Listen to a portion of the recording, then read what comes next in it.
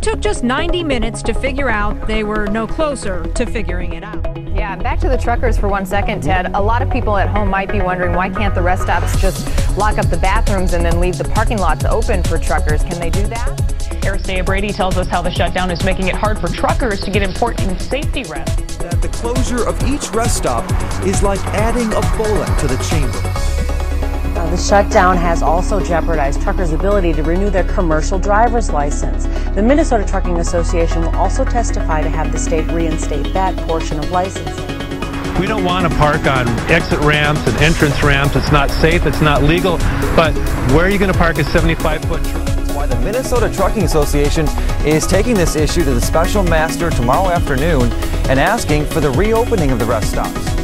Hundreds of trucking parking spaces are being eliminated. Semi-truck drivers say it's putting them in danger. And Mike, again, budget talks will resume tomorrow afternoon between Governor Dayton and Republicans.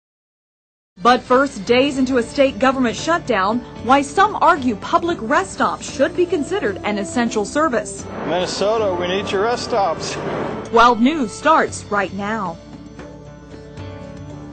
The effects of the shutdown can be felt behind the wheel of a semi. MnDOT was forced to close the state's 62 public rest stops, and as Renee Bonneau explains, semi-truck drivers say it's putting them in danger.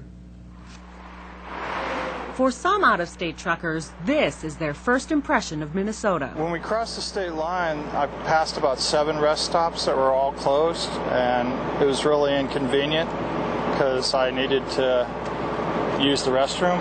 Truck drivers say they rely on rest stops as a safe place to sleep, take shelter, or fix emergencies. If you blow a tire, if you have a problem with a brake, the rest stops are great places to pull in and work on your truck.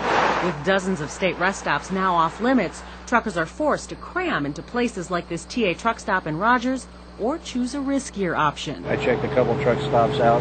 They were full. And so what I did was just pulled on the off-ramp or the on-ramp from a rest area and went to sleep. Drivers are caught in a squeeze between a state government that doesn't want to do its job and a federal government that's overly eager to do its job. Federal law states if a trucker's been on duty for 14 hours, he must rest for 10 hours, no matter where he is. Minnesota truck stops are already over capacity on different days at different times. You take that out of the equation, there just simply is not enough parking for truck drivers. That's why Tuesday, the Minnesota Trucking Association testified to the state why it should reopen its public rest areas. It's a bad deal. President John Houseladden says rest stops or not, trucks will make deliveries. They say taking away commercial truck parking puts those drivers in danger. Minnesota, we need your rest stops. Now, the shutdown has also jeopardized truckers' ability to renew their commercial driver's license. The Minnesota Trucking Association will also testify to have the state reinstate that portion of licensing. And Mike and Shannon, both rest stops and commercial licensing were issues back in 2005 during the partial shutdown, and neither were reinstated during the 8 days of that shutdown. All right.